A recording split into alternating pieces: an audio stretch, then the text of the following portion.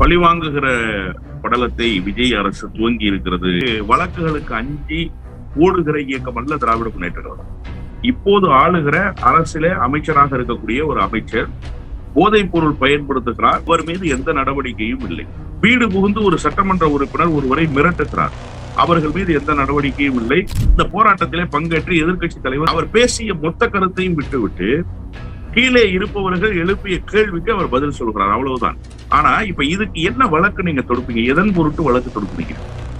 அப்படி அவர் சொன்னதுல என்ன தவறு இருக்கு? இதெல்லாம் எவ்வளவு பெரிய கேவலம். பெண்களை தரைகுறவாக, அதாவது இரட்டை அர்த்தம் கொண்ட விஷயமாக பேசியிருக்காரு. என்ன தண்ணி வரல, இங்க தண்ணி வரணும், அதுதான் முக்கியம் அப்படின்னு பேசினார்னா அது எல்லாருக்குமே தெரியும் எதை பொருட்டாக வைத்து அது பேசப்பட்டது. அந்த கருத்து பெண்கள் குறித்த கருத்து அல்ல. அது விஜயினுடைய நடவடிக்கைகள் குறித்தான. உதயநிதி ஸ்டாலின் கைது செய்யணும், அந்த பட்ஜெட் கூட்டத்தொடர் அட்டன் பண்ணக்கூடாது அப்படின்ற மாதிரியான விஷயமா பார்க்கலாம். சட்டப்பேரவைக்குள்ள எதிர்கட்சிகள் வரக்கூடாதுன்னு சொல்லி வேலை செய்யறது அப்படிங்கிறது இருக்குல்ல. எதிர்கட்சி தலைவர் கைது செய்யப்பட்டார் என்பது ஜெயலலிதா அம்மையார் ஆட்சி காலத்துல கலைஞர் கைது செய்யப்பட்ட போது ஜெயலலிதா அம்மையாருக்கு எவ்வளவு கெட்ட பேர் இருந்துச்சோ, அது உதயநிதி ஸ்டாலினுடைய பொலிட்டிக்கல் கேரியருக்கு கூடுதல் மைலேஜ். எல்லாவற்றிலும் ஒரு அவசர கதியில் ஒரு முடிவு, தாந்தோன்றித்தனமாக ஒரு முடிவு, வெறுப்பு, வெறி, அது இன்னும் சொல்ல வேண்டும் என்று சொன்னால் காழ்ப்புணர்ச்சி, ஒருத்தரை குறிவைத்து பழிவாங்குகிற நடவடிக்கையை செய்யறது அப்படிங்கிறது இல்ல.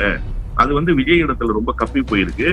இது ஜெயலலிதா பாணி. அவர் வரக்கூடாது சட்டப்பேரவைக்கு, அதனால அவரை கைது செய்துடுறோம்.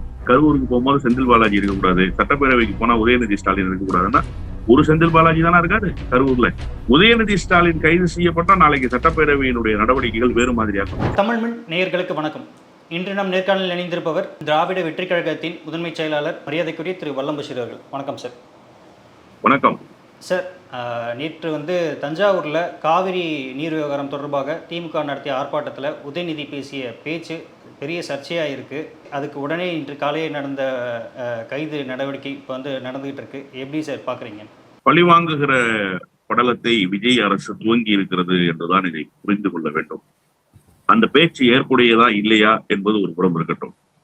அவர் பேசியதற்கு இவ்வளவு வேகமாக நடவடிக்கை எடுக்க வேண்டிய அவசியம் எங்கிருந்து வருகிறது? ஒரு அமைச்சர், அதிலும் இப்போது ஆளுகிற அரசிலே அமைச்சராக இருக்கக்கூடிய ஒரு அமைச்சர் போதைப் பொருள் பயன்படுத்துகிறார். அவர் பயன்படுத்திய அந்த காணொளி அவருடைய சமூக வலைதளத்திலேயே பகிரப்படுகிறது.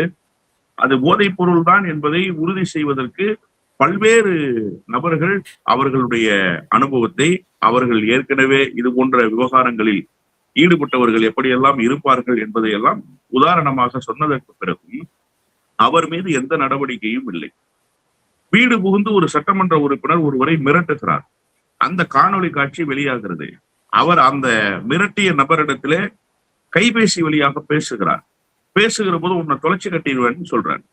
அப்போ இதெல்லாம் ஆதாரப்பூர்வமாக நிரூபிக்கப்பட்டதற்கு பிறகும் அவர்கள் மீது எந்த நடவடிக்கையும் இல்லை. குறைந்தபட்சம் கட்சி ரீதியாகவாவது அவர்கள் மீது நடவடிக்கை எடுக்கப்பட்டிருக்கிறதா என்று கேட்டால் அதுவும் எடுக்கப்படவில்லை. இது ஒரு புறம் இருக்க, காவிரி விவகாரத்துக்காக அறப்போராட்டம் என்று அறிவித்து கூட்டணி கட்சிகளினுடைய தலைவர்களை அழைத்து ஒரு போராட்டத்தை வடிவமைக்கிறது திராவிட முன்னேற்ற கழகம். அந்த போராட்டத்திலே பங்கேற்று எதிர்க்கட்சி தலைவர் பேசுகிறார். அவர் பேசிய மொத்த கருத்தையும் விட்டுவிட்டு கீழே இருப்பவர்கள் எழுப்பிய கேள்விக்கு அவர் பதில் சொல்கிறார். அவ்வளவுதான். அந்த பதிலை அவர் சொல்லி இருக்க கூடாது என்பது என்னுடைய தனிப்பட்ட கருத்து. என்று சொன்னால் எதிர்க்கட்சி தலைவர், திராவிட முன்னேற்ற கழகத்தினுடைய இளைஞர் அணி செயலாளர், திராவிட முன்னேற்ற கழகத்துக்கென்று ஒரு பாரம்பரியம் உண்டு, ஒரு மரபு உண்டு.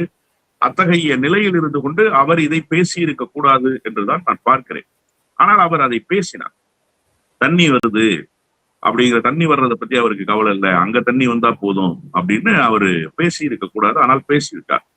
ஆனா இப்ப இதுக்கு என்ன வழக்கு நீங்க தொடுப்பீங்க? எதன் பொருட்டு வழக்கு தொடுக்கிறீங்க? அதை சொல்லணும்ல. எதற்காக இந்த வழக்கு?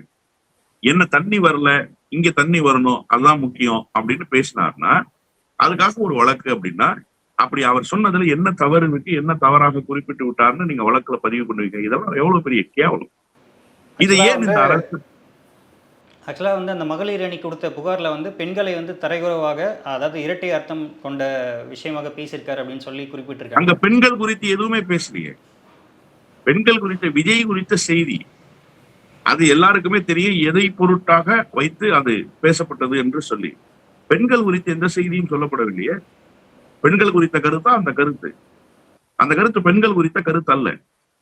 அது விஜயினுடைய நடவடிக்கைகள் குறித்தான கருத்து. நான் அதுக்குள்ள டெப்தா போக விரும்பல. அது என்ன சொன்னாரு, எதன் பொருட்டு சொன்னாரு, எப்படி சொன்னாரு அப்படிங்கறதெல்லாம் நான் போக விரும்பல. ஆனா அவர் சொன்னதினுடைய சாராம்சம் பெண்களுக்கு எதிரானதா அப்படின்னு கேட்டா கண்டிப்பாக அது பெண்களுக்கு எதிரானது அல்ல. பெண்களுக்கு எதிராக எந்த கருத்தையும் அவர் தெரிவிக்கவில்லை. அப்படி பேசுகிற நபராகவும் அவர் இதுவரைக்கும் வெளிப்பட்டதில்லை. பெண்கள் குறித்த அவதூறு கருத்தையோ அல்லது தவறான கருத்தையோ பேசுகிற நபராக வெளிப்பட்டதே கிடையாது. இவ்வளவு ஆத்திரப்பட வேண்டிய அவசியம் இல்லை. ஒரு காவிரி விவகாரத்துக்காக நடைபெற்ற போராட்டத்தை மடைமாற்றுவதற்கு ஒரு மோசமான நடவடிக்கையை விஜய் அரசு கையில எடுத்திருக்கிறது. இது ஒரு தவறான போக்கு. இதற்காக வழக்கு பதிவு செய்வதும் எதிர்கட்சி தலைவரை கைது செய்வது என்று காவல்துறையை கொண்டு வந்து குவிப்பதும் ஒரு சரியான நடைமுறை என்று கருதி கொள்ள முடியாது. இதை ஏன் இவர்கள் செய்கிறார்கள் என்று சொன்னால் அரசியல் பழிவாங்குகிற அந்த காழ்ப்புணர்ச்சியின் காரணமாக செய்கிறார்கள் என்றுதான் நான் புரிந்து கொள்கிறேன்.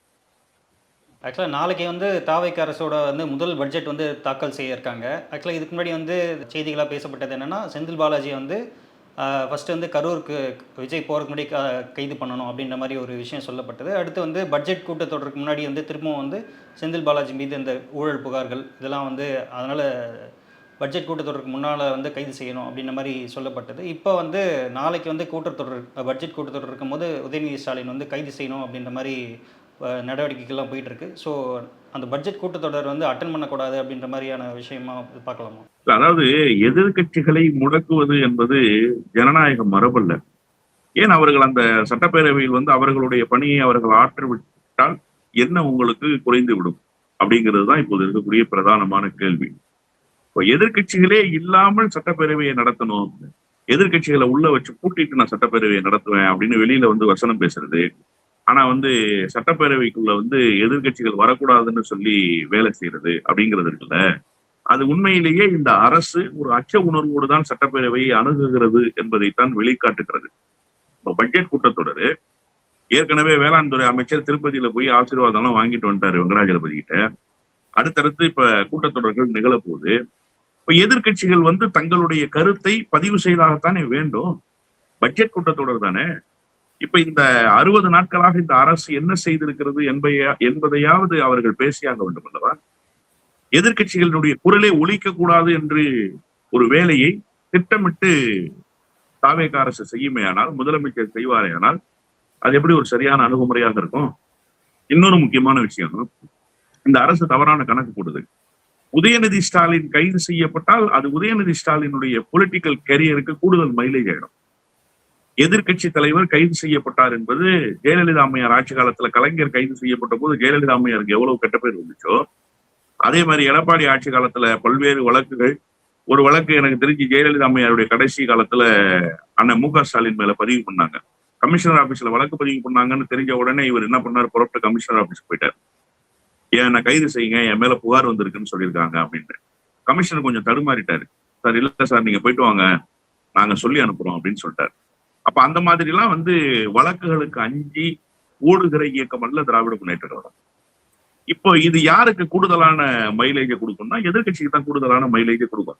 இப்ப இந்த விஷயத்த ரொம்ப டிப்ளமேட்டிக்கா ஹேண்டில் பண்ணிருக்கணும் விஜய். தாவேகா தரப்பையே சொல்றேன் நான். ஏன் இவ்வளவு மோசமா இதை வந்து எடுத்துக்கிட்டு வழக்கு பதிவு பண்றது, கைது அப்படின்னு போறாங்க அப்படின்றதே தெரியல. முதல்ல இவங்களுக்கு அரசியலும் தெரியல, ஒரு அரசு இயந்திரத்தை எப்படி நடத்தணும்ன்றதும் தெரியல. அதே நேரத்துல இப்ப எதிர்கட்சிகளினுடைய குரலை நசுக்குவதற்கு எதிர்கட்சி தலைவரை கைது பண்ணிட்டா அது சரியாயிரும் அப்படின்னு நினைக்கிறதுமே தப்பு கணக்கு தானே. எதிர்கட்சி துணைத் தலைவர் இல்லையா, அந்த எதிர்கட்சியில வேற சட்டமன்ற உறுப்பினர்கள் இல்லையா, எதிர்கட்சி தலைவர் வந்து பேசிதான் உங்களுடைய நடவடிக்கையை வந்து முடக்க போறாரா? எதிர்கட்சி தலைவர் வந்து பேசாம இருந்துட்டா நீங்க வந்து ரொம்ப இலகுவாக சட்டப்பேரவை நடத்திட்டு போயிருவீங்களா அப்படிங்கிற கேள்வி எல்லாம் இருக்கு இல்லையா? அப்ப என்ன அப்படின்னா, உதயநிதி ஸ்டாலின் கைது செய்யப்பட்டா நாளைக்கு சட்டப்பேரவையினுடைய நடவடிக்கைகள் வேறு மாதிரியாக அமைஞ்சிடும். அதை வந்து ஆளுகிற தரப்பு வந்து கொஞ்சம் உணர்ந்து கொள்ளணும். அவர் வரக்கூடாது சட்டப்பேரவைக்கு, அதனால அவரை கைது செய்துடுறோம். நீங்க குறிப்பிட்டது போல கரூருக்கு போகும்போது செந்தில் பாலாஜி இருக்கக்கூடாது, சட்டப்பேரவைக்கு போனா உதயநிதி ஸ்டாலின் இருக்கக்கூடாதுன்னா ஒரு செந்தில் பாலாஜி தானே இருக்காரு கரூர்ல, வேற ஆல்டர்னேட்டிவே கிடையாதா? செந்தில் பாலாஜியை நம்பிதான் திமுக இருக்கா கரூர்ல? ஏன் வேற ஆள் இல்லையா கட்சிக்கு? என்ன செய்யணுமோ திமுக அதான் அவங்கள வச்சு செய்ய போது, செந்தில் பாலாஜியை வச்சு மட்டும்தான் செய்யணுமா? அப்ப அதுல என்ன அப்படின்னா ஒரு விதமான வெறுப்பு, வெறி அது இன்னும் சொல்ல வேண்டும் என்று சொன்னால் காழ்ப்புணர்ச்சி. அதாவது எதிர்தரப்புல ஒருத்தரை குறிவைத்து அந்த பழிவாங்குகிற நடவடிக்கையை செய்யறது அப்படிங்கிறதுக்குள்ள அது விஜய் இடத்துல ரொம்ப கப்பி போயிருக்கு. இது ஜெயலலிதா பாணி அரசியல். ஜெயலலிதா அம்மையார் அப்படிதான், பிடிக்கலன்னா அவங்கள முடிச்சு கட்டுற வரைக்கும் ஓய மாட்டாங்க. தொடர்ச்சியா அதற்கு உண்டான வேலையை செய்வாங்க. அந்த வேலையை இப்ப விஜய் செய்யறாரு அப்படின்னு தான் நான் பாக்குறேன். எதிர்கட்சிகளை முடக்குவது என்பது, எதிர்கட்சி தலைவரை கைது செய்வது என்பது, எதிர்கட்சியினுடைய குரல் ஒலிக்காமல் சட்டப்பேரவையை நடத்துவது என்பது ஜனநாயக மாண்பல்ல. அதை தவறான முன்னுதாரணத்தோடு கொண்டு செல்கிறார் விஜய் என்றுதான் புரிந்து கொள்ள வேண்டும். Okay sir. இப்போ அதே போல் நாளைக்கு தமிழ்நாடு அரசு தாவைக்கு அரசு பட்ஜெட் தாக்கல் செய்ய போகுது. அதில் குறிப்பிடத்தக்க ஆக்சுவலாக மக்களுக்கு நேரடியாக பயன் தர ரொம்ப எதிர்பார்ப்புக்குரிய விஷயங்களாக இருக்குது, திட்டங்களாக இருக்கிறது அந்த மகளிர் உரிமை தொகை 2500 ரூபாக உயர்த்தி தரப்படும் அப்படின்ற மாதிரி ஒரு வாக்குறுதியில் சொல்லியிருந்தார். அப்புறம் அந்த போக்குவரத்து தமிழ்நாடு, அதாவது சென்னை முதல் கன்னியாகுமரி வரை இருக்க எல்லா அரசு பேருந்துகள்லையும் மகளிர் இலவசமாக பயணம் செய்யலாம் அப்படின்ற மாதிரிலாம் சொல்லியிருந்தாங்க. அந்த மாதிரியான விஷயங்கள்லாம் இருக்க போகிறதில்ல அப்படின்ற மாதிரியான செய்திகள்லாம் வருது. இதெல்லாம் எப்படி பார்க்குறீங்க? இல்லை, மொத்தத்திலேயே இந்த அரசு ஒரு ஃபெயிலியரான அரசு சார். அவர் தேர்தல் வாக்குறுதிகளை கண்டமேனிக்கு கொடுத்துட்டாரு. அது நிறைவேற்ற முடியுமா நிறைவேற்ற முடியாதா அப்படிங்கிறத குறித்தெல்லாம் அவர் யோசிக்கல. அவர் வாக்குறுதி கொடுக்கும்போது அதிகாரத்துக்கு வருவோங்கிற நம்பிக்கை இல்லாமலே வாக்குறுதியை கொடுத்துறாரு. வாக்குறுதி தானே அப்படின்னு சொல்லி கொடுத்துட்டாரு. ஆனா அதை செயல்படுத்துவதற்கு நிறைய சிரமங்கள் இருக்கு. அந்த சிரமங்களை எப்படி விஜய் எதிர்கொள்ள போகிறார் என்பதுதான் இங்க இருக்கக்கூடிய கேள்வி. இந்த 60 நாள்லயே தடுமாறிட்டாங்க. அதாவது ஏற்கனவே அரசு கொடுத்து கொண்டிருந்த நலத்திட்டங்கள் இருக்குல்ல, அதை கேரி ஃபார்வர்ட் பண்ணி கொண்டு போறதுக்கே இந்த அரசுக்கு முடியல. உதாரணமா சொல்லணும்னு சொன்னா, இலவச பயணம் இருக்கு இல்லையா, விலையில்லா பேருந்து பயணம், அது தலைநகர் சென்னையில கிட்டத்தட்ட 150 வழித்தடங்களுக்கு பேருந்தை இயக்க முடியாம கடந்த 20 நாட்களாக சிரமத்துக்குள்ளா இருக்கு போக்குவரத்து கழகம். இது குறித்து கேள்வி எழுப்பினா போக்குவரத்து துறை அமைச்சர் பதிலே சொல்ல மாட்டேன்றாரு. அப்ப இதுகாரும் இயங்கி கொண்டிருந்த போக்குவரத்து கழகம் இப்போது கடைசி ஒரு 20 நாட்களாக ஏன் தடுமாறுது?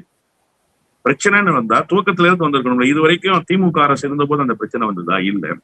இந்த அரசு ஒரு 30-35 நாள் அந்த பிரச்சனை இருந்ததா? இல்ல. ஆனா 35 நாட்களுக்கு பிறகு வருது அப்படின்னா, அப்ப நிர்வாக குளறுபடி எங்கிருந்து வருது அப்படின்னா, ஒரு சரியான திட்டமிடல் இல்லாம, அமைச்சர்களினுடைய மெத்தன போக்கு, அரசினுடைய கையாலாகாதத்தனம் ஏற்கனவே ஒரு சிக்கல் 20 நாட்களாக வந்துருச்சு அப்படிங்கிறத நம்ம பார்க்கணும். அப்ப இதெல்லாம் என்ன அப்படின்னு எதை உணர்த்துது அப்படின்னு கேட்டீங்கன்னா, ஒரு திட்டமிடல் இல்லை அரசிடத்துல.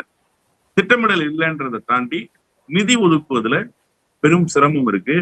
அரசுக்கு உண்டான வருவாயை பகிர்ந்து மற்ற துறைகளுக்கு கொடுப்பதுல சிக்கல் இருக்கு. இப்ப மின்சாரமும் இதே பிரச்சனைக்குள்ளதான் வரும். மின் பகிர்மான கழகத்துக்கு நீங்க கொடுக்க வேண்டிய தொகையை எப்படி கொடுப்பீங்க? ஏற்கனவே நிலுவைத் தொகை நிறைய இருக்கு, அது வேறு.